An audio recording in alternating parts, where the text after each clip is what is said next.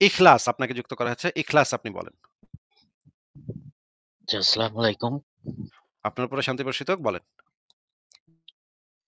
যে আমি আপনার লাইভটা রেগুলার শুনি। তো আমি মূলত ধর্মনিরপেক্ষতার পক্ষে। আমি ধর্ম আ নিয়ে কিসের পক্ষে? আবার একটু বলেন। ধর্ম নিয়ে বুঝিনি। ধর্মনিরপেক্ষতার পক্ষে। বুঝিনি। ধর্ম নিরপেক্ষতার পক্ষে। জি, জি। আচ্ছা, আচ্ছা। হ্যাঁ, বলেন। আমি বিভিন্ন ধরনের ভিডিও দেখি। তো যে আয়েশা, হ্যাঁ? হযরত আয়েশাকে বিয়ে করা নিয়ে আ আপনি তো খুব সুন্দর যুক্তি দিয়েছেন। আপনার যুক্তিগুলো খুবই সুন্দর। মানে এটা যে ধর্ষণ, এর পক্ষে আপনি দলিল প্রমাণ সবই ঠিক আছে। কিন্তু ধরেন এই বিরোধ যে মানে মুমিন পক্ষ যারা তাদের যেমন আব্বাসী আ যে ইয়াটা আছে মাওলানা, সে যেমন একটা ২ টা যুক্তি দিয়েছে। তো আমি এটার আপনি যদি একটা যুক্তি দিতেন এটার পক্ষে আপনার ফেভারে তাহলে এটা মানে আমি কিছু শিখতে পারতাম আরকি। যেমন সে বলে যে কি বলেছে? তার হ্যাঁ, কথাটা সেটা আমি শুনতে বলছি হবে। আপনাকে। বলেন। মানে সেটা হচ্ছে যে আয়েশাকে বিয়ে করার যৌক্তিকতা সেভাবে বলছে যে খাদিজাকে বিয়ে করার পরে ২৪ বছর বা ২৫ বছর নবী কোন বিয়ে করেনি। তার মানে সে এ বলতে আ ওয়েট, চাচ্ছে যে wait, wait, wait, wait, wait, wait. খাদিজাকে বিয়ে করার পরে ২৪ বছর ২৫ বছর নবী কোন বিয়ে করেনি। মানে আমি বুঝলাম না। এটা একটু আমাদেরকে ভালো করে বুঝান যে ১ম এ আমি একটু পরিস্থিতিটা বিবেচনা করি। মুহাম্মদ সে সময় ছিল চাচা আবু তালিবের বাসায় আ আশ্রিত হিসেবে, তাই না ভাই? জি, জি, জি। সেই সময় সে ভেড়া চড়াইতো। রাখাল বালক ছিল। বিভিন্ন জায়গায় গিয়ে ভেড়া চড়াইতো। তার কোনো আয় উপার্জন তেমন কোনো আয় উপার্জন ছিল না। পেটে ভাতে মানে ছিল। পেটে ভাতে রাখাল বালক ছিল। তাকে খালি খাইতে দিত আরকি। এই রাখালগিরি করার জন্য তারে খালি পেটে খাবার দিত। এরপরে খাদিজা ছিল সেই সময় পুরা ওই মক্কা অঞ্চলের একজন প্রতিষ্ঠিত ধনাঢ্য ব্যবসায়ী মহিলা নাকি ভাই? জি, জি। সেই ধনাঢ্য ব্যবসায়ী মহিলা যে একটু বয়স বেশি। আ মানে মোহাম্মদ একটু তরুণ কিন্তু ওই খাদিজা ছিল বয়স একটু বেশি। সেই মহিলা মোহাম্মদরে বিয়ার প্রস্তাব দিল। মানে এলাকায় কিছু মানে বয়স্ক মহিলা থাকে যারা একটু গরিব আ ইয়াং পোলাপান পাইলে বিয়ে করে ফেলে। এটা ভাই সারা পৃথিবীতেই সব জায়গাতেই হয়। আমাদের দেশে ওই যে TikTok খুললে দেখা যায় একটা মানে মহিলা আছে সুগার মামি বলে এটারে। কি যেন প্রিন্সেস আ পিঙ্কি না যেন কি নাম? আ এই মহিলা একটা ইয়াং ছেলেরে ধইরা ইয়াং ছেলেরে মানে গরিব ঘরের একটা ইয়াং ছেলেরে ধইরা বিয়ে করে ফেলছে। এরকমের অনেক মানুষ যদি দেখা যায় যে এলাকায় যদি ধনী মহিলারা থাকে যারা হচ্ছে বিধবা, অনেক বয়স্ক হ্যাঁ, লায়লা। লায়লা নামক একজন টিকটকার আছে। আ এই রকমের একজন টিকটকার বয়স্ক মহিলা সে আ এই যে প্রিন্স মামুন আর লায়লা। ঠিক বলেছেন। আপনাকে ধন্যবাদ। টাচস্টোন। প্রিন্স মামুন আর লায়লা। এরা আমি টিকটকে দেখেছি। টিকটক না কোথায় যেন দেখছি এরকম ২ জন। ব্লু ফেরি লায়লা এরকম একজন হ্যাঁ, এই যে উনি বলে দিয়েছেন ব্লু ফেরি লায়লা। তো এই রকমের একজন বয়স্ক মহিলা বিধবা যার অনেক টাকা পয়সা সে একটা গরিব ছেলে প্রিন্স মামুনকে বিয়ে করেছে এবং বিয়ে করার পর প্রিন্স মামুনকে টাকা দেয়, পয়সা দেয়। ঘরজামাই প্রিন্স মামুন তার বাসায় গিয়ে ঘরজামাই থাকে এবং মানে তার মানে মানে জামা-কাপড় থেকে শুরু করে সমস্ত কিছু ওই যে আ মহিলাটা দেয়। হ্যাঁ? লায়লা মহিলাটা দেয়। এরকমের তো কাহিনী আপনিও শুনেছেন নাকি ইখলাস ভাই? জি, জি। তো এই সমস্ত মহিলাদেরকে সাধারণত মানে দুষ্ট লোকেরা, দুষ্ট পোলাপানরা সুগার মামি বলে, হ্যাঁ? সুগার মামি, হ্যাঁ? যে মানে আ বয়স বেশি বিয়া করছে, কচি দেইখা মানে পোলা বিয়া করছে, বিয়ে করে টাকা-টুকা দেয়। এখন সেই সময় মোহাম্মদও ছিল ম মা মা খাদিজাও ছিল মোহাম্মদের সুগার মামি। খাদিজা ছিল অনেক ধনাঢ্য মহিলা ওই অঞ্চলের ব্যবসায়ী, প্রতিষ্ঠিত ব্যবসায়ী। মোহাম্মদ ছিল ফকির, রাস্তার ফকির। ভেড়া চড়াইতো সে, রাখাল বালক। এরে ধইরা বিয়া করছে। এখন আ খাদিজা মারা যাওয়া পর্যন্ত মুহাম্মদের পক্ষে কি সম্ভব ছিল যে আরেকটা বিয়া করবে বা বাসায় বাসায় মনে করেন দাসীবান্দি আছে, দাসীবান্দির সাথে লীলা খেলা করবে। এইটা কি খাদিজা জীবিত অবস্থায় কি এটা করা সম্ভব ছিল মুহাম্মদের পক্ষে? মনে করেন একটা সাধারণ মানুষ ধরেন যে গরিব লোক যারে এলাকার একটা বড়লোক মহিলা, বয়স্ক মহিলা যে বিধবা সে বিয়া করছে। গরিব লোকটারে। গরিব লোকটা গিয়ে ঘর জামাই হিসেবে তার বাসায় গিয়ে থাকতেছে, তারটা খাইতেছে, তারটা পড়তেছে, তার জামা-কাপড় পরে, তার ভাত খায়। এই রকমের অবস্থায় কি ওই যে গরিব লোকটা মনে করেন ওই বাসায় একটা কামের মেয়ে আছে, কাজের বুয়া আছে। কি সে কাজের বুয়ার দিকে তার কুনজর আছে। কিন্তু কুনজর থাকলেও কি বউয়ের ডরে এই বেড়া কি কোনদিন ওই কামের বুয়ার দিকে নজর দিতে পারবে ভাই? আপনার কি মনে হয়? না, বা মনে করেন এলাকার সখিনা, জরিনা, আকলিমা অনেকগুলা মেয়ে আছে। হ্যাঁ? ওগুলার মানে ওই বেটার খুব ভাল লাগে। হ্যাঁ? একটু প্রেম করতে মন চায়।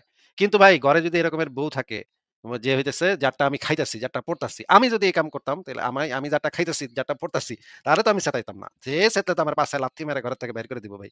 হে আমারে খাওয়াইতেছে, পড়াইতেছে, আমার গাড়ি-বাড়ি, টাকা-পয়সা সব দিতাছে। এখানে যদি আমি তারে গিয়া মানে গুতাগুতি করি আরেক বেটির সাথে বা কামের বেটির সাথে এগুলা করি, তে লাথি মাইরা মোহাম্মদরে লাথি মাইরা খাদিজা বাইর করে দিত বাসা থেকে। ভাই তার মানে তো আমরা দেখতে পাচ্ছি যে এইটা তো হইতেই পারে না যে খাদিজার জীবিত অবস্থায় মোহাম্মদ আর কেন বিয়া-শাদী করবে, লুচ্চামি করবে, এদিক-সেদিক তাকাবে, কামের বেটির দিকে হাত দিবে। এগুলা তো ভাই কোনভাবে সম্ভবই না।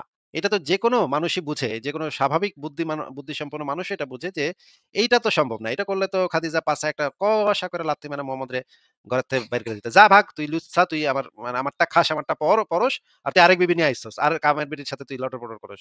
একটা লাথি মেরে বের করে দিত। তাই না ভাই? হ্যাঁ, কিন্তু উনি তো ধরেন নবী হয়ে যাবার পরও খাদিজা জীবিত ছিল। তখন তো তার অনেক পাওয়ার। নবী তো যা খুশি তাই করতে পারে। না, নবীর তো তখন অনেক পাওয়ার ছিল না। মক্কায় থাকা অবস্থায় নবী কাফেরদের লাত্থি উষ্টার উপরে থাকতো ভাই। কি বলেন তখন অনেক পাওয়ার। ও মানে স্ট্রাগল মোহাম্মদের টাইম এর কথা।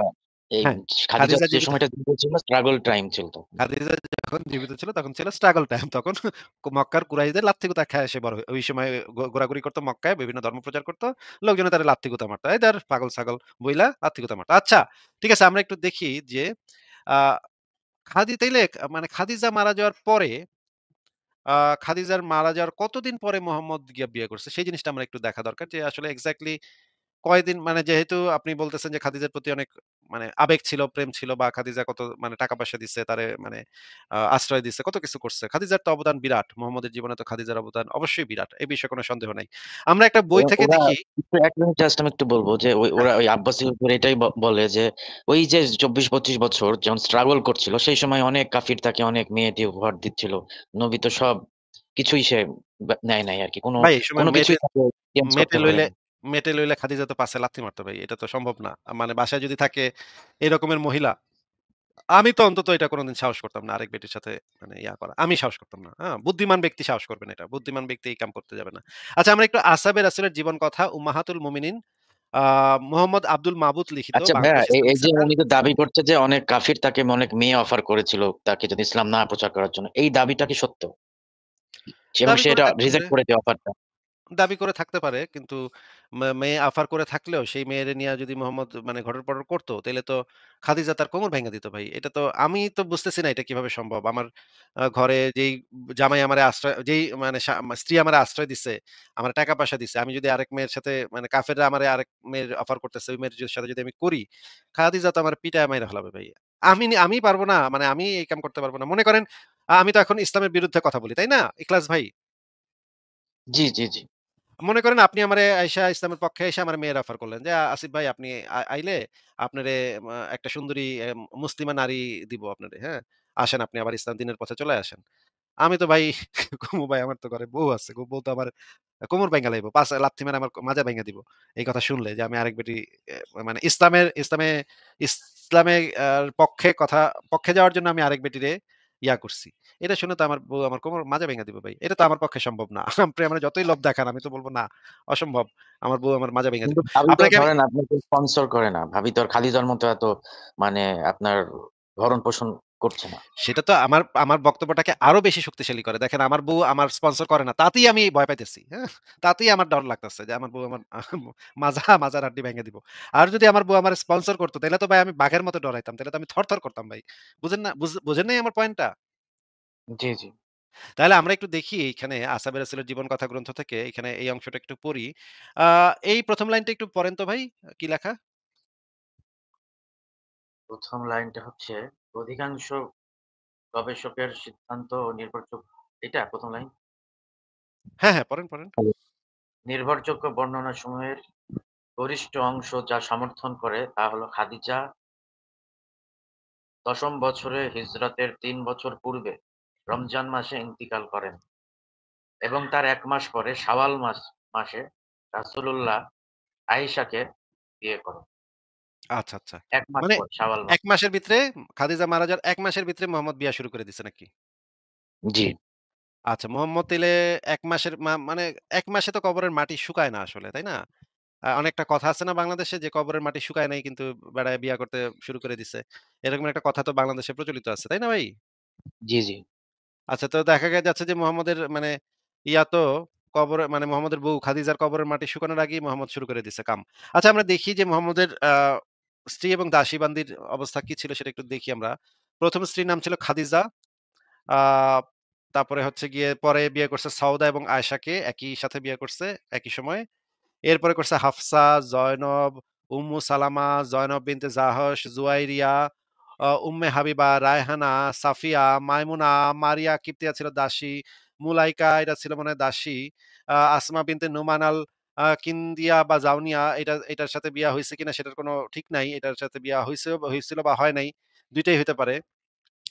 আসমা বিনতে ইয়াজিদ আল কিলবিয়া, ফাতিমা বিনতে দাহাক, জামিলা, আল জারিয়া, তুকানা, উম্মে সুরায়ক। এই কয়জনের মানে লিস্ট আমি বাইর করতে পারছি। কিন্তু এই রকমের নারীর সংখ্যা আরো আছে। আমি টোটাল যেটা হিসাব করছি সেটা হইতেছে মোহাম্মদের বিবাহ এবং মানে হিবা-টিবা সব মিলায়া দাসী-টাসী সব মিলায়া ৩৬ থেকে ৪০ টা মেয়ে, হ্যাঁ? আ মানে আরো বেশি হইতে পারে। আমার আমার পক্ষে যতটুকু সম্ভব হইছে আমি ৩৬ থেকে ৪০ টা পর্যন্ত গেছি। তাইলে দেখা যায় ৩৬ টা থেকে ৪০ টা মেয়ের সাথে তার আ মানে যৌন সম্পর্ক হইছিল বা বিয়ের কথা বা দাসী-টাসী এগুলা হইছিল। নাকি ভাই? জি। তাইলে এই ব্যক্তি তো আমার কাছে তো আপনার কাছে কি মনে হয় যে এই ব্যক্তির চরিত্র কেমন? আপনি একটু বলেন তাইলে। না, এটা তো খুবই পরিষ্কার যে সে বহু নারীতে আসক্ত, এটা তো বোঝাই যাচ্ছে। কিন্তু এই যে মাঝের যে ২৪-২৫ বছরের এই বিষয়টাকে যে এরা যে বলছে যে কাফিররা তাকে অনেক মেয়ে অফার করছে, সে রিজেক্ট করেছে। এটার কি কোনো প্রমাণ আছে কিনা? তারা কি এটা মানে আপনি কি কোনো রিসার্চ এ পেয়েছেন যে এরকম কোনো দলিল আছে যে কাফিররা তাকে মেয়ে অফার করছে কিন্তু সে রিজেক্ট করেছে? কিন্তু এই জিনিসটা তো আমার কাছে কোনো ইম্পোর্টেন্ট পয়েন্টই না। কারণ সেই সময় কাফেরদের কাছে মেয়েই বা ছিল কি? যে এমন কোনো ঐশ্বরিয়া রায় তো তাদের কাছে ছিল না যে ঐশ্বরিয়া রায়ের বিয়ে দিমু তুমি মানে ওইখানে কাফেরদের মানে ক্ষমতাই তো ছিল কম। ওই সময় যে পৌত্তলিক মক্কার যে পৌত্তলিকরা তারা তো ওইখানে খুবই আ দরিদ্র অবস্থায় মোটামুটি দরিদ্র অবস্থার ভিতরে ছিল। সেই সময় ব্যবসা-বাণিজ্যের অবস্থাও খারাপ। মক্কার ব্যবসা-বাণিজ্য সেই সময় চরম খারাপ অবস্থা। সেই সময় মেয়েই বা ছিল মানে কি এমন মেয়েই বা ছিল? কি এমন রূপবতী মেয়ে বা ওইখানে ছিল যেই মেয়ের মানে অর্থাৎ মোহাম্মদরে অফার করল? এটার কোনো এভিডেন্স নাই। তারা যে ক্লেইমটা করছে যে ২৪-২৫ বছরের কাফিররা বহু মেয়ে অফার করছে তাকে যেন সে ইসলাম প্রচার না করে। এটার কোনো অ্যাকচুয়ালি দালিলিক কোনো এভিডেন্স নাই। তাই না? এইটার রেফারেন্স আছে। কিছু সিরাত গ্রন্থে কিছু জায়গাতে বলা আছে। মোহাম্মদ যখন কাফেরদের ধর্ম নিয়ে যখন কটাক্ষ করত, কাফেরদের দেব-দেবীদেরকে নিয়ে যখন গালমন্দ শুরু করছিল, তখন কাফেররা আবু তালিবের কাছে বিচার নিয়ে গেছিল। বিচার নিয়ে যাওয়ার পরে আবু তালিব বলছে, "এই ভাতিজা তুমি কেন ওদের ধর্মকে নিয়ে আমাদের ধর্মকে নিয়ে গালিগালাজ করতেছো কেন? এটা তো ঠিক না, ঠিক করতেছো না।" তখন মোহাম্মদ বলে যে, "না চাচা আমি করবই। আ কাফেরদের দেব-দেবীকে নিয়ে আমি গালিগালাজ করবই, কটূক্তি করবই, নিন্দা করবই।" তখন কাফেররা ওইখানে মোহাম্মদকে বলছিল, "ঠিক আছে তোমারে আমরা মেয়ে দিমু, মেয়ের সাথে বিয়ে দিমু, তোমারে টাকা-পয়সা দিমু। তুমি এগুলা বন্ধ করে দাও, মোহাম্মদ।" কিন্তু মোহাম্মদ তখন বলছিল, "আমার এক হাতে সূর্য, এক হাতে চাঁদ এনে দিলেও আমি এইটা বন্ধ করব না। আমি এই যে লাত, মানাত, উজ্জা দেবীর যে কোন ক্ষমতা নাই, দেব-দেবীদের যে কোন ক্ষমতা নেই, এগুলো আমি বলবই।" তখন কুরাইশরা তখন তার উপরে ক্ষেপে গেছিল। এই রকমের একটা বর্ণনা সিরাত গ্রন্থে আছে যেখানে এই জিনিসটাও আছে যে তাকে মেয়ে অফার করার মেয়ের কথাও বলা হয়েছিল।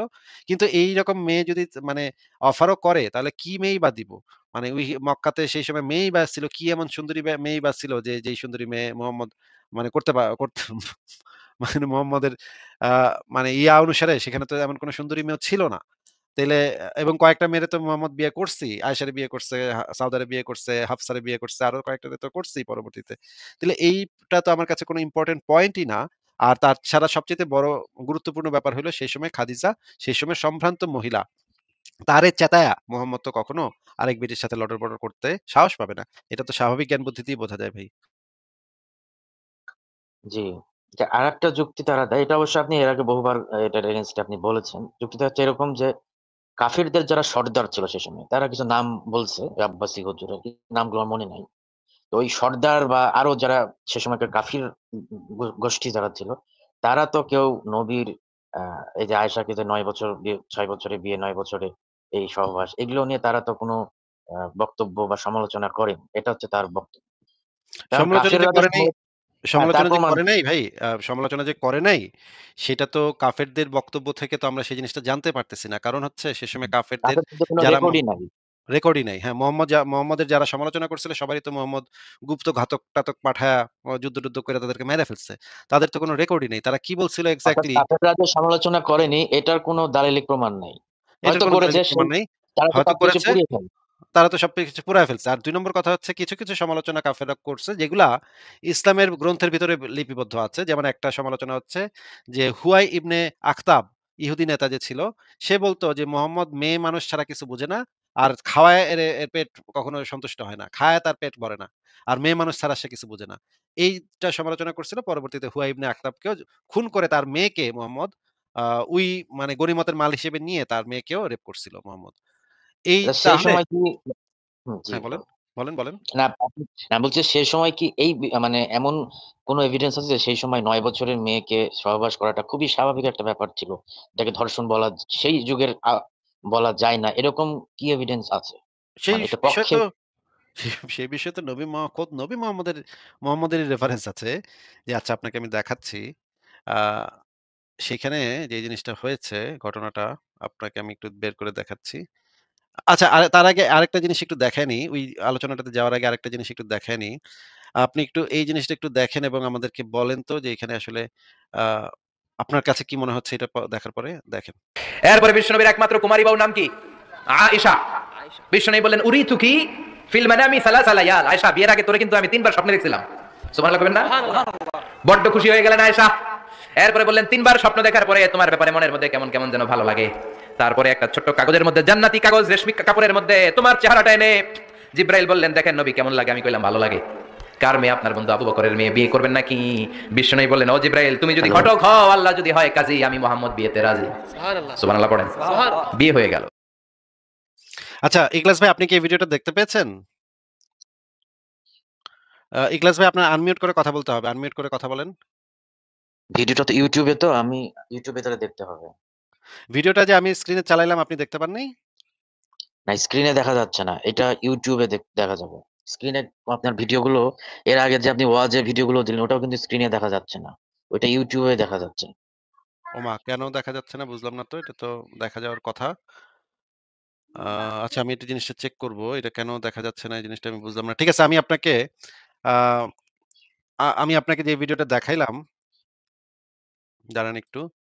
আরেকবার একটু দেখাই। তাহলে এই জিনিসটা আপনার জানা দরকার আছে। কারণ এখানে একটা হিসাব আছে। হিসাবটা আমাদের একটু বুঝতে হবে। যে এই যে আমরা তো দেখলাম যে খাদিজার মৃত্যুর ১ মাসের ভিতরে আয়েশাকে বিয়ে করছে। সেই রেফারেন্সটা তো আমরা দেখছি। তাই না ভাই? জি, আচ্ছা আমরা একটু এই ভিডিওটা একটু দেখি এখানে। এটা কি স্ক্রিনে দেখা যাচ্ছে? জি দেখা যাচ্ছে। আচ্ছা আমি এই ভিডিওটা একটু ছাড়ি দেখেন কি বলে। এরপরে বিশ্বনবীর একমাত্র কুমারী বউ নাম কি? আয়েশা। বিশ্বনবী বললেন উরিতু কি ফিল মানামি সালাসা লায়াল। আয়েশা বিয়ের আগে তোরে কিন্তু আমি ৩ বার স্বপ্নে দেখছিলাম।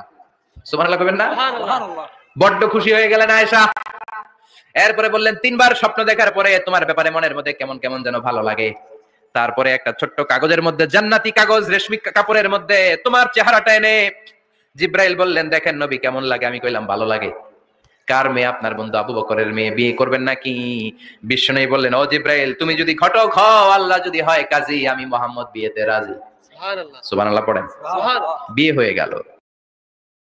আচ্ছা ভিডিওটা কি এবার দেখতে পেয়েছেন ভাই? জি, জি, জি। আচ্ছা আমরা দেখলাম যে খাদিজার মৃত্যুর পরে ১ মাসের ভিতরে আয়েশাকে বিয়ে করছিল। আর এই ১ মাসের ভিতরে মোহাম্মদ তাকে ৩ বার স্বপ্ন দেখছে নাকি? জি। মানে খাদিজার মৃত্যুর মানে বিয়ে-টিয়ে কথাবার্তা চালাচালি করতে, বিয়ে পর্যন্ত যাইতে কমপক্ষে ১৫ দিন তো সময় লাগে। কয়েকবার শ্বশুরবাড়িতে যাইতে হয়, গিয়ে প্রস্তাব দিতে হয়, তারপর আবার আসা যাওয়া করতে হয়। কমপক্ষে তো ১৫ দিন সময় লাগে, তাই না ভাই? জি। তার মানে খাদিজার মৃত্যু থেকে আয়েশার বিবাহের দিন পর্যন্ত যদি ১ মাস হয়ে থাকে, তার মানে খাদিজার মরার ইমিডিয়েটলি মোহাম্মদ আয়েশার স্বপ্ন দেখা শুরু করছে এবং তার মনে নাকি কিরম ভালো লাগে নাকি। এটা ভাই কেমন কথা? যে খাদিজা মইরা সারতে পারল না। বেডি মইরা সারতে পারল না। কিন্তু এর ভিতরে মোহাম্মদ স্বপ্ন দেখা শুরু করছে। বাচ্চা মেয়ে স্বপ্ন দেখা শুরু করছে যে এটা এই তো মেয়ের নাকি ন্যূনতম তার ভালোবাসা নাই। সাবেক স্ত্রীর প্রতি তো ন্যূনতম ভালোবাসাও নাই তাহলে বোঝা যাচ্ছে। এটা ভাই কেমন কথা আমি তো বুঝলাম না ভাই। একটা এতদিনের বউ ২৪ বছর ২৫ বছর তার সাথে কাটাইলো। অ্যান্ড সেই বউ মরল।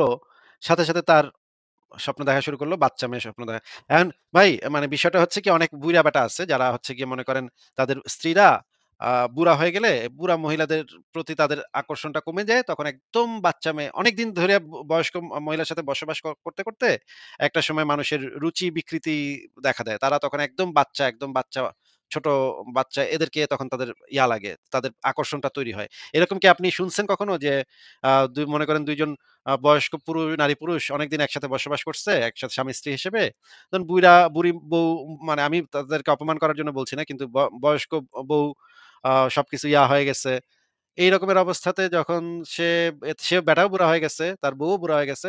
এই সময় বেটার খায়-শয় খালি কচি, বাচ্চা ইসের প্রতি আকর্ষণটা তৈরি হয়। এইরকম কি আপনি শুনছেন কিনা বলেন তো? হ্যাঁ, এরকম তো শুনেছি এবং বুড়ো হলে বোঝা যাবে যে আসলে এইটা কেন হয় সেই এটারে বয়সটাতে। আমরা বাংলাদেশে আমরা বলি বুইড়া বয়সে ভীমরতি হইছে। হ্যাঁ? বুড়া বয়সে ভীমরতি ধরছে। এখন তার কচি দরকার। এতদিন বুড়া স্ত্রীর সাথে থাইকা এখন তার বুইড়া বয়সে তার মানে ভীমরতি হইছে। হ্যাঁ? এখন দেখা যাচ্ছে যে মোহাম্মদের আসলেই সেই ভীমরতিটা হইছিল এবং সে তার বুড়া মানে স্ত্রী মারা যাওয়ার পরেই তার এক্কারে কচি দরকার, এক্কারে বাচ্চা দরকার। ৫.৫ বছরের মেয়েরে দেইখা তার মনে নাকি কেমন ভালো লাগে। আচ্ছা ঠিক আছে আমরা এই জিনিসটা এবার একটু দেখি তো যে এটা হচ্ছে একটা হাদিস সুনানুন নাসাই শরীফ ইসলামিক ফাউন্ডেশন ৩২২৪ নম্বর হাদিস। এই যে এই হাদিসটার কনটেক্সট আমি আপনাকে বলে দিই। এই হাদিসটা যখন বলা হইছে তখন ফাতেমার বয়স হইতেছে ১৪ বছর। ফাতেমা যে মুহাম্মদের কন্যা ফাতেমা তার বয়স হচ্ছে ১৪ বছর। ভাই আপনি একটু হাদিসটা আমাদেরকে পড়ে শোনাবেন? জি। পড়েন। আব্দুল্লাহ ইবন রুবাইদা তার পিতার সূত্রে বর্ণনা করছে যে, আবু বকর এবং উমর ফাতিমা এর বিবাহের পয়গাম পাঠালেন। রাসূলুল্লাহ বললেন, "সে তো অল্প বয়স্ক।"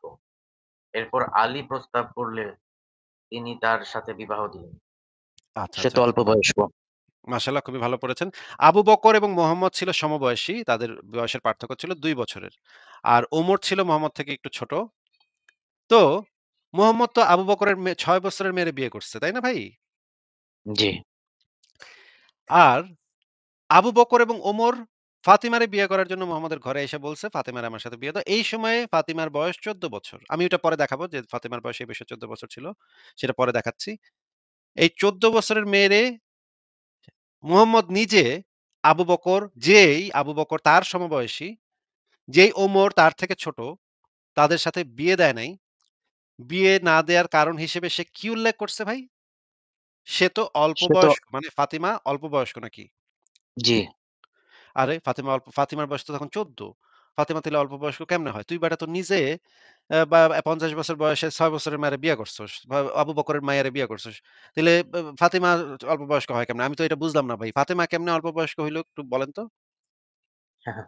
সেটাই। আরেকটা বিষয় একটু যদি আমি বলতে চাচ্ছিলাম না, যে আমি এই জিনিসটা একটু শেষ করে হ্যাঁ, নেই। দেখেন, বল। মোহাম্মদ নিজে বুঝছে, মোহাম্মদের নিজের মেয়ের বেলায় মোহাম্মদ এটা ঠিকই বুঝছে যে তার এই অল্প বয়সী ১৪ বছরের মেয়ের সাথে যদি আবু বকরের মতো বুইড়া খাটাসটার সাথে বিয়া দেই আবু বকরের মতো বুইড়া খাটাসটা তার মেয়েরে অল্প বয়সী মেয়েটারে একেবারে ভেঙে চুরা দিব একেবারে। হ্যাঁ? লন্ডভন্ড করে দিব। রক্তারক্তি বাইর করে দিব। হ্যাঁ? আবু বকর ওমর এই ২ টা পাইলে তার মানে ১৪ বছর বয়সী মেয়েরে পাইলে এক্কেরে ভাই ভেঙে ছেড়ে দিব। হ্যাঁ? খাট-খোট ভেঙে যাবে। হ্যাঁ? হাড্ডি-গুড্ডি ভেঙে যাবে। হ্যাঁ? এইটা মোহাম্মদ নিজে তার মেয়ের সময় সে নিজে এটা ঠিকই রিয়ালাইজ করছে যে আমার বাচ্চা মেয়েটার অনেক কষ্ট হবে। এই বুইড়া আবু বকরের ওই জিনিসটা নিতে আমার বাচ্চা মেয়েটার অনেক কষ্ট হবে। ফাইটা যাবে আমার বাচ্চা মেয়ের। এইটা সে নিজে বুঝছে যে এই অল্প বয়স্ক মেয়েটার সাথে এত বুইড়া খাটাসগুলার বিয়ে দেয়া যায় না। এই কারণে সে উপরে দেখেন টাইটেলে লেখা আছে সমবয়সীকে বিবাহ করা। এই কারণে সে যেই আলী ছিল বয়সে অনেক ছোট, ওমর আবু বকরের থেকে অনেক ছোট ছিল আলী। এই আলীর সাথে পরবর্তীতে সে তার মেয়ের বিয়ে দিছিল। কারণ আলী এবং ফাতেমা অপেক্ষাকৃত কাছাকাছি বয়স ছিল। অপেক্ষাকৃত কাছাকাছি বয়স, হ্যাঁ? এই আবু বকর এবং ওমরের মতো এত বুইড়া না। সেই মোহাম্মদ নিজে এটা বুঝছে যে এত অল্প বয়স্ক মেয়েকে এত বুইড়া খাটাসের সাথে বিয়ে দেয়া যায় না। এইটা একটা অমানবিক ব্যাপার। এটা একটা ভয়ংকর ব্যাপার। এটা মোহাম্মদ নিজের মেয়ের বেলায় সে নিজে বুঝছে। কিন্তু অন্যের মেয়ের বেলায় মোহাম্মদ এই জিনিসটা রিয়ালাইজ করে নাই। অন্যের মেয়ের বেলায় আবু বকরের মেয়ের বেলায় সে ঠিকই নাচতে বিয়েটা করে ফেলাইছে। আবু বকরকে যখন প্রস্তাব দিছিল তখন আবু বকর তাকে বলছিল, "হে নবী আপনি তো আমার ভাই।" তখন মোহাম্মদ বলছিল যে, "আ আপনি তো আমার মানে ধর্মের ভাই। ধর্মের ভাইয়ের সাথে ভাইয়ের মেয়েকে বিয়ে করা যায়।" এই হচ্ছে মুহাম্মদের ক্যারেক্টার, এই হচ্ছে মুহাম্মদের চরিত্র। সে হচ্ছে জাতে মাতাল ছিল, তালে আবার ঠিকই ছিল। আপনাকে আমি আ ইসলামের একটা বিধান, এই বিষয়ে ইসলামের একটা বিধান একটু আ পড়ে শোনাইতে বলব। এটা হচ্ছে এই জিনিস, এই রেফারেন্সটা আমি নিয়েছি ফিকাহুস সুন্নাহ ২য় খণ্ড পৃষ্ঠা নাম্বার ৪৬৩ থেকে। আপনি কি আমাদেরকে ইখলাস ভাই এইখানে কি বিধান আছে? ইসলামের এই বিষয়ে বিধানটা কি একটু আমাদেরকে পড়ে শোনাবেন?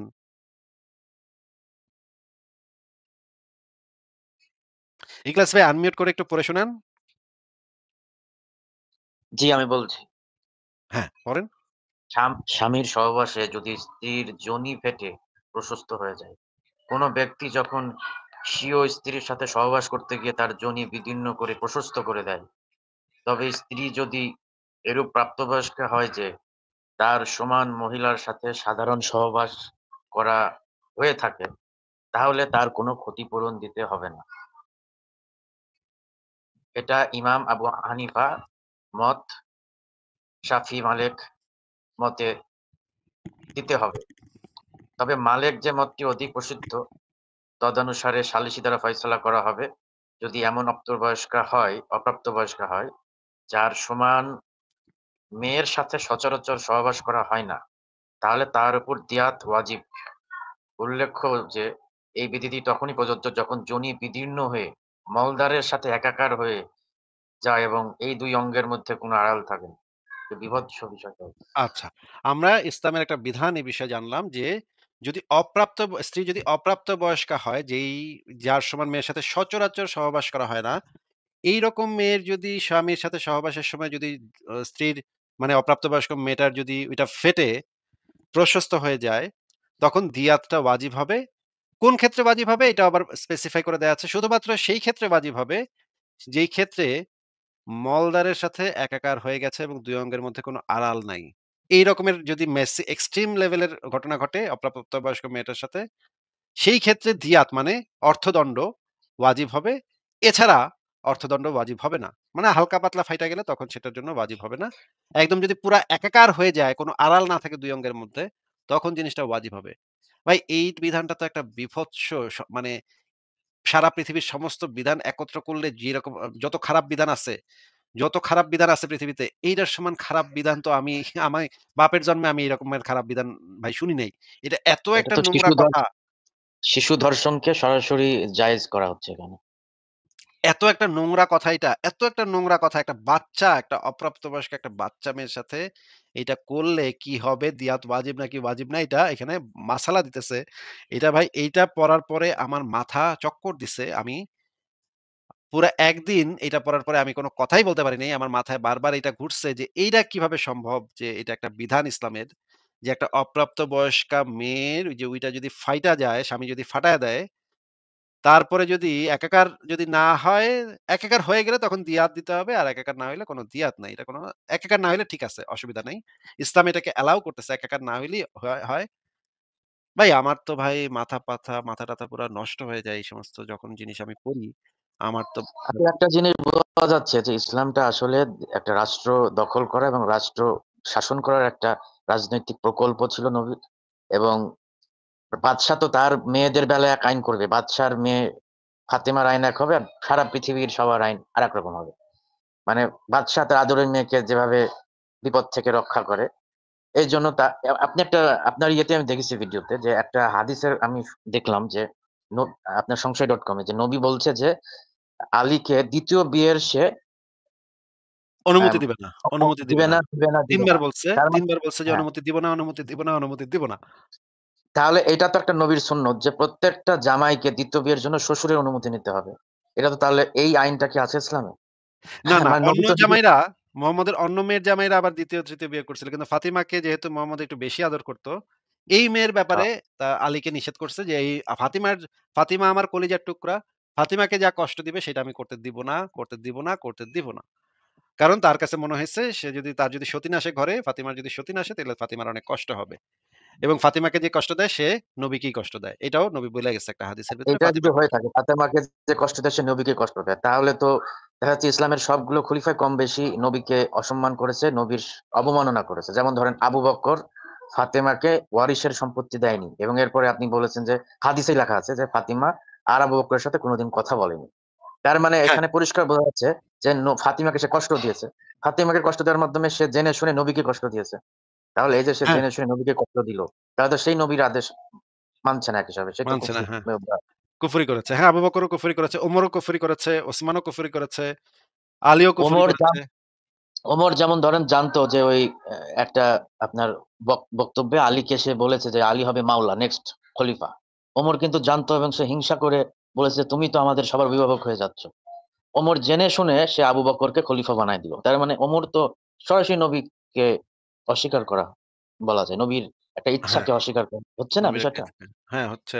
কিন্তু এরপরে সেগুলা উসমান হ্যাঁ, হ্যাঁ, পরে এরপরে ওসমানও উসমান করেছে। হ্যাঁ, উসমান বলেন। কি করল? নবী বলল যে ৭ ভাষাতে হযরত হচ্ছে ওমর একটা সাহাবীকে নিয়ে নবীর কাছে গেল যে, "এই যেভাবে কোরআনটা তেলাওয়াত করছে আমার তেলাওয়াত তো মিলছে না। একে আমি এখন মেরে ফেলব।" তখন নবী কি বলল? নবী বলল যে, "ওইভাবেও তিলাওয়াত করা যাবে, ওর ভাষাতেও উপভাষাতেও তিলাওয়াত করা যাবে। আর আবু তাল আম হচ্ছে ওমর তোমার ভাষাতেও কুরাইশের ভাষাতেও কোরআন তেলাওয়াত করা যাবে বা সব ভাষাতেই ৭ টা উপভাষাতেই কোরআন তিলাওয়াত করা যাবে বা নাজিল হয়েছে।" এরকম কথা সে উনি বলেছে, হাদিসে আছে। তাহলে যে উসমান যে এটা সবগুলো ভার্সন পুড়িয়ে ফেলল। যে শুধুমাত্র কুরাইশের ভাষাতেই কোরআনটা থাকবে। বাদবাকি সব ভার্সন যে নিদর্শন যেগুলো ছিল সাহাবীদের কাছে চামড়াতে লেখা ছিল, হয়তো আপনার খেজুরের পাতে লেখা ছিল, সব পুড়িয়ে ফেলল। তার মানে এই যে সে ডাইরেক্ট নবীর অর্ডার সে ভায়োলেট করল। নবী বলেছে সব ধরনের আরবি উপভাষাতেই কোরআন পড়া যাবে। ওসমান কি করল? একটা ভাষাতে রেখে সবগুলা ভার্সন তো সে নষ্ট করে ফেলেছে, পুড়িয়ে ফেলেছে। তাই না? এটা কি ঠিক বলছি? একদম ঠিক, একদম ঠিক। আপনি চাইলে আমি সেটার তাহলে রেফারেন্স গুলো বের করে উসমানও আনতে পারি। কুফরি করল। আবার আলীর ক্ষেত্রে দেখেন, আলী তো কালেমার সাথে তার নাম জুড়ে দিচ্ছে সম্ভবত, তাই না? কালেমার সাথে আলী শিয়ারা করেছে। আলীর শিয়ারা সমর্থক করেছে। হ্যাঁ, তার মানে আলীর সমর্থকরা এক ধরনের নবীকে অবমাননা করেছে বলা যায়। এখন একটা জিনিস আমি জানতে চাই আপনার কাছে যে উম্মেনুল মুমিনিন নবীর যে সম্মানিত স্ত্রীরা একটা হ্যাঁ, হাদিস আছে আপনার ওখানে আমি দেখি যে আয়েশা বলছে হযরত আয়েশা যে কোরআনের আয়াত ছাগলের খেয়ে ফেলার যে আয়াতটা ওইখানে বলা হচ্ছে যে এই ছাগলের খেয়ে ফেললো সে আয়াতটা কি বিষয় নিয়ে? সেটা হচ্ছে আপনার নারীদের বুকের দুধ যেটা, বুকের দুধ ৫ ঢোক যদি কেউ খায় সে হয়ে যাবে দুধমা, তাই না? তার সাথে নিকাহ করা অর্থাৎ সেক্স করা। ইসলামে তো নিকাহ মানে সেক্স। তার হ্যাঁ, সাথে সেক্স করা হারাম হয়ে যাবে। ঠিক বলছি না? হ্যাঁ, হ্যাঁ। এখন এই যে এখন যারা ইসলামিস্ট তারা বলছে যে এই আয়াতটা হারিয়ে গেছে তো কি হয়েছে? এইটাকে রহিত করা হয়েছে। এটাকে রহিত রহিত কে করেছে করল? কারা? রহিত কে করল? উম্মেনুল মুমিনুনরা রহিত করতে পারে। আচ্ছা ধর এখানে বলা হচ্ছে যে উম্মেনুল মুমিনরা বলছে যে এই নবী এই আয়াতটা করেছে একটা ব্যক্তির নাম বলা হচ্ছে। যে নামটা সালাম না কি যেন সালিম বা এরকম কিছু একটা হবে। একটা মহিলা সালিমের কাছে থাকতো। সালিম তার বুকের দুধ খাইতো আরকি। তার পালক পুত্র হয়ে গেছে। তো সেই মহিলা জানতে চাচ্ছে যে আমি কি একে আরো দুধ খাওয়াতে পারবো কিনা বা তার সাথে আমি এই সম্পর্ক রাখতে পারবো কিনা হ্যাঁ, হ্যাঁ। মায়ের নবী সম্পর্ক। একটা মুচকি হাসি দিয়ে তখন বলল যে, "হ্যাঁ, সেটা করতে ওইটা বিধানটা আয়েশা দিলেন।" তখন হ্যাঁ? আয়েশা আমি মনে করি ইসলামে একজনই মানবিক মানুষ আছে যে আয়েশা। আয়েশা মানবিক আমি এই অর্থে বলছি। এটা তো একটা অশ্লীল ব্যাপার যে একটা নারী তার বুকের দুধ কেন এটা তো বয়স্ক ক্ষেত্রে কিন্তু শিশুর ক্ষেত্রে না। একটা বয়স্ক লোকও দুধ খেতে পারবে। ৫ ঢোক দুধ খেলেই সে হয়ে যাবে দুধমা। তার সাথে সেক্স করা যাবে না। এখন ধরেন এটা স্বাভাবিক যে একটা মেয়ে কেন এইভাবে যাকে তাকে দুধ খাইতে দিবে? বুকের দুধ। এটা তো কি সে সেক্সুয়াল ডিজায়ার এবং থেকে করছে না দুধ এবং যে খাওয়ার দুধ জন্য যে থাকবেই এটাই বা গ্যারান্টি কোথায়, তাই না? মানে দুগ্ধবতী হতে হবে আরকি হয়তোবা। হ্যাঁ, দুগ্ধবতী নারী আরকি। তো এখন আমার কথা হচ্ছে যে এই বিষয়টা উম্মেনুল মুমিনদের কাছে খুবই অস্বস্তিকর লেগেছে। এটাই স্বাভাবিক। কিন্তু আবার মানবিক বিবেচনা করে যদি দেখেন, অশ্লীলতার থেকে যদি মানবিকতাকে বেছে নেওয়া হয়, তো নবী মনে হয় এদিক দিয়ে একটু মানবিকতাকেই বেছে নিয়েছিল যে এটা কিন্তু এক ধরনের সেকুলার ও বলা যেতে পারে যে বুকের দুধ খাওয়ানো কি এমন দোষের? যদি উট না থাকে, ছাগলের দুধ না থাকে, তো মানুষের দুধই খাইতে হবে। যুদ্ধকালীন অবস্থা ধরেন। কি করবে? তার তো পানিও নাই সেখানে। তো যাই হোক উম্মেনুল মুমিনদের কাছে হয়তো অশ্লীলতাটা বেশি গুরুত্বপূর্ণ ছিল মানবিকতার থেকে। তো তারা এখন বলছে যে এইটা আমাদের পক্ষে সম্ভব না। একটা বয়স্ক লোককে এভাবে দুধ খাওয়ানো আমাদের পক্ষে সম্ভব না। এটা আমাদের জন্য এই বিষয়টা তো এবং এরকমই ছিল, তাই না? এবং ভাই মানে আরো যে মর্মান্তিক যে ব্যাপারটা হাদিসের ভিতরে যেই শব্দগুলো আসছে সেই শব্দগুলা দ্বারা দুধ চুষাইয়া খাওয়ানোর কথা বলা আছে ভাই। হ্যাঁ? এটা তো খুবই প্রবলেমেটিক। গ্লাসে ঢাইলা যে খাওয়াবে এরকম কোনো রেফারেন্স নাই। রেফারেন্স আছে একদম সরাসরি মুখ দিয়ে ভাবে খাওয়া। তো এটা তো ভাই তো এখন যদি এই যে দুধ খাওয়ার কিভাবে বিষয়টা সম্ভব? উম্মুল মুমিনদের কাছে যদি অস্বস্তিকর মনে হয়, তারা এটা বলতে পারে যে এইটা আসলে আমাদের জন্য অস্বস্তিকর, এটা তো সম্ভব না। কিন্তু তারা কি কোরআনের আয়াতকে মানে গ্রহীত করতে পারে? সেই রাইট কি এ নাই। আল্লাহ এবং এই তার কারণেই নিশ্চয়ই নবীজি মানে নবীর বউরা মনে হয় এই আয়াতটারে গাপিস করে দিছে। এনে ছাগলেই খাইছে নাকি অন্য কেউ খাইয়া ফেলছে। এটা তো ভাই এটা কি গ্যারান্টি দিয়ে আচ্ছা বোঝা এই যাচ্ছে না। আয়াতটা তো যতদূর জানি যে নবীর মৃত্যুর কাছাকাছি সময়ে সম্ভবত হয়েছিল। একদম মৃত্যুর মানে দিনে নতুন আরেকটা একটু আপগ্রেডেড আয়াত আসছিল। ১ম এ কোরআনে নাযিল হয়েছিল ১০ বার দুধ মানে ১০ ঢোকে যে দুধ পানের বিষয়টা আসছিল। পরবর্তীতে সেটাকে রহিত করে ৫ বার করা হয়েছিল। সেই ৫ বারেরটা মানে লাস্ট টাইমে মুহাম্মদের মৃত্যুর একদম লাস্ট টাইমে সেটা নাজিল হয়েছিল। সেটা লিখে আয়েশা মুহাম্মদের যে বালিশ, সেই বালিশের নিচে ঢুকায় রাখছিল। এখন ওগুলা তখন তো সেই সময় তো পাতাতে লিখে রাখতো। তখন তো আর এত কাগজ-টাগজ ছিল না। পাতার উপরে লিখে রাখতো। একটা মানে মুহাম্মদের মৃত্যু নিয়ে সবাই পাড়াপাড়ি শুরু করছে। মুহাম্মদ মারা গেছে। মুহাম্মদের মৃত্যু নিয়া দৌড়াদৌড়ি হাউকাউ। এই সময় নাকি ছাগলটা আইসা ওইটা খায়া গেছে। ওইটার ভিতরে যেটা ছিল যে কতবার দুধ খাইলে ইয়া হবে। এখন এইটা তো ভাই বোঝাই যাচ্ছে যে এটা একটা প্রবলেমেটিক আয়াত এবং নবীর স্ত্রীরা অনেকেই এই আয়াতের বিরুদ্ধে ছিল। বোঝাই যাচ্ছে এবং যেকোনো মেয়েই এই আয়াত তো মানে ইয়া করতে চাবে না। এখন ভাই অন্য বিবিরা এই আয়াতটারে মানে ইয়া করে দিছে নাকি, লুকায়া ফেললো নাকি, নাকি আসলেই ছাগলে খাইছে। ছাগলে খাইলে ছাগলই বা কেন খাইলো? ছাগলে কেন এত নাস্তিক? এই জিনিসটা তো বোঝা যাচ্ছে না। না তারা ছাগল তো কেন না, এখানে তো তারা তো লজিক দিয়েছে। তারা তো বলছে না যে এইটা। তারা বলছে উম্মিনুল মুমিনিনরা এই আয়াতটা তার আপত্তির কারণে রহিত করা হয়েছে। এরকমই কিন্তু ইসলামিস্টরাই বলছে। এটা তো হ্যাঁ, ইসলামিস্টদের হ্যাঁ। কথা। হ্যাঁ, হ্যাঁ। তাহলে উম্মুল কিভাবে মুমিনিনদের আপত্তির আমার কারণে কথা হ্যাঁ, হচ্ছে এটা যে বলে। নবীর মৃত্যুর পরপরই যদি এই ঘটনাটা ঘটে তাহলে নবী এটা রহিত করেনি। তাহলে কে এটা রহিত করলো? যদি উম্মিনুল এটা মুমিনরাই রহিত রহিত করে। করে সেই রাইট তাকে কে দিয়েছে? এটা কি সে পারে? কোরআনের আয়াত কি কেউ রহিত করতে পারে? আল্লাহ তাহলে মোহাম্মদ কিভাবে কোরআনের হেফাজত আল্লাহ করলো? এবং আল্লাহ মোহাম্মদ ছাড়া তো কেউ করতে পারে না, তাই না?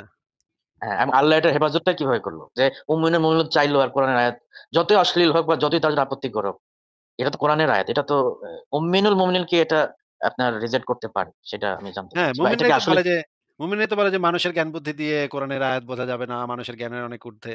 তাহলে মেনে নিতে হবে, তাই না? এটা তো যে আয়াত আছে সেভাবেই মেনে নিতে হবে, সেভাবেই ফলো করতে হবে। আচ্ছা উনি তো চলে গেছেন। উনার মানে আমাদের এই ভাইটা চলে গেছেন। ঠিক আছে তাহলে পরের জনকে আমরা যুক্ত করি। আমাদের সাথে ফারাজ ভাই